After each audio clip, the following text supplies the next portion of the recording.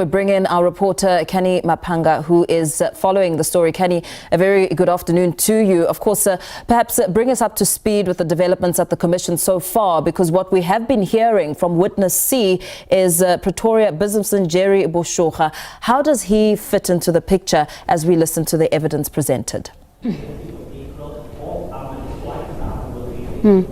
Indeed. Good afternoon to you, Mpho, and to the viewers at home. We've seen the Madlanga Commission probing those allegations of criminality, political interference and corruption in the criminal justice system go through lengths to discuss this critical Amant Swart murder that implicates alleged cartel member Katiso Molefe. However, with Witness C on the stand, who is a PKTT member that was part of the team that investigated a number of case numbers relating to these alleged criminal cartels, we're now seeing the name of Vusumuzi Matlala finally coming into the conversation from the vantage point of the PKTT member that was brought in to assist with that particular investigation. He kicks off with a number of case numbers that he has been assigned to, particularly the issue of the kidnapping of Mr. Boshoga, and he states that there was an operation in December that was at the home of Vusumuzi Matlala, and the recent clip that you just played speaks to some of the findings that they made in that particular home, such as a sheet that he said was tied to the wall of the house where they found a Malawian general worker there, and they're stating that that particular sheet that they saw there, it was strange the way it was hung up instead of curtains. And he also stated, Witness C, that it is the same video, or rather it had the distinct features of that sheet that was seen in the ransom video for Boshoga. So essentially what we're getting from that particular evidence is that Witness C is alleging that because of the alleged interference and the kind of alleged infiltration that these alleged cartel members enjoyed within the SAPS system, that while they were still having their briefing meeting prior to going to that home of Mr. Matlala, it seems, or he alleges, that a tip-off had taken place where Mr. Matlala was alerted that there was an operation heading on their way to his home or his residence in Pretoria.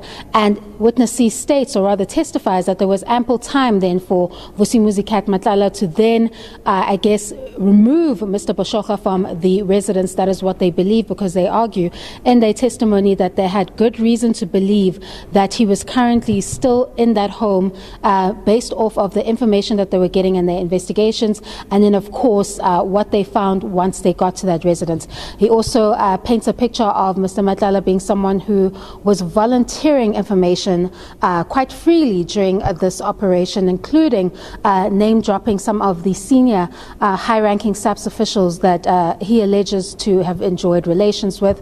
Of course, the name of the police minister, who is now on a leave of absence, that is Senzo Mchunu, came up during that conversation. According to Witness C, Matlala told him that he had a meeting with Mchunu that evening and that it was being arranged by a third party. When he was probed further by the Madlanga Commission bench as to who that third party was, that is when the name of the alleged associate of Minister Mchunu, who has been mentioned quite a number of times before the Madlanga Commission, comes up again, with Matlala allegedly telling Witness C that that was the person who was going to organize the meeting. We're also again hearing about Katiso Molefe once more from the vantage point of Witness C, that is the PKTT member, stating that their investigation showed that Brigadier Nkwashu, who is responsible for the Sidibeng district, had gone to the the prison or the correctional facility that Katiso Molefe was held in, and had bought him a tracksuit and food. I think it was 3 days after the Operation Takedown that was conducted by Witness A and B. And he shows CCTV footage exhibits that were placed before the Commission, which clearly shows that that was Brigadier Nkwashu in the CCTV footage, and the vehicle that they described he was driving matches that of the one in the CCTV footage. We're also hearing that the Brigadier at the time allegedly stated that he was visiting his brother-in-law, but upon receiving evidence from Witness C today, he states that there is no relation between Brigadier Nkwashu and, of course, Katiso Molefe. And he also expresses concern about the fact that Brigadier Nkwashu allegedly went to that correctional facility using incorrect number plates, so falsified that information before the correctional facility to hide the fact that he was visiting this alleged cartel member. They state that this is concerning for them as juniors within the internal SAPS systems to have their high-ranking officials or their seniors engaging with these alleged cartel members to this extent. And I think this is part of the evidence that speaks to the fact that no matter what the effort was from these SAPS members on the ground, it seemed that these alleged cartel members enjoyed such beneficial relationships with these high-ranking senior SAPS officials that served as a means to avert the advancements that we're making with respect to the cases that we're seeing being put forth, the numerous case numbers that links two particular individuals, that is alleged cartel members, Vusumuzi, Matlala and Katiso Malefe, to a number of serious investigations. And you hear Witness C questioning how someone of such a high rank, such as Brigadier within the South African Police Services, can make their way to a correctional facility, bringing tracksuits, bringing food, just days after their operation takedown, which led to the arrest of Katiso Malefe. We expect for him, that is Witness C rather, to continue to go into these experiences and alleged infiltration, or rather interruptions that they received in their probes into these alleged criminal cartels, the impact of that in their work. And then of course Witness C, being another witness that is testifying remotely and partially in camera, will likely have to reflect on their or the impact rather of how their life has changed since they decided to investigate these particular individuals, who we are consistently hearing are individuals that enjoy a certain amount of power and of course a certain amount of influence within various institutions in our criminal justice system. That hearing will continue at 2 p.m. after the lunch adjournment. Over to you in studio.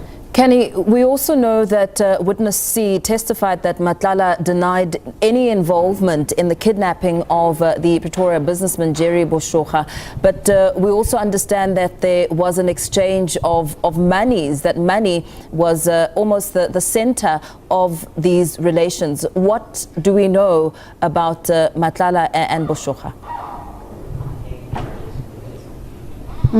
Indeed. So during the operation in December at the home of Mr. Matlala, that was when he was volunteering information about what was taking place or what the police may be interested in. It seems that he knew that the police were there to inquire about the whereabouts or the possible whereabouts of Mr. Boshoga. That is when he volunteered that information, that he does not know where Mr. Boshoga is, and he alleges that Mr. Boshoga owed a lot of people money. He alleges that he was involved in illicit drug kind of environments or criminal elements.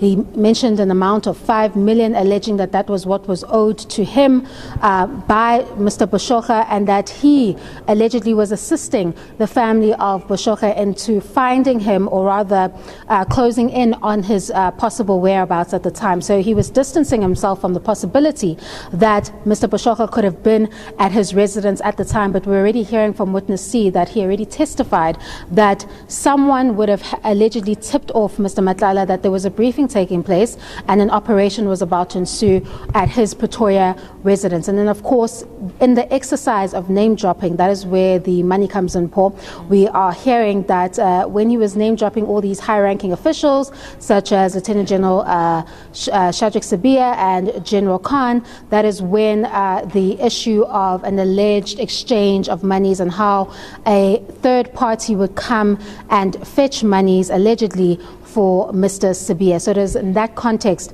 that those exchanges of money came about. And then of course he gave his version of what his alleged relationship or his alleged knowledge of what Mr. Boshoga was at the time.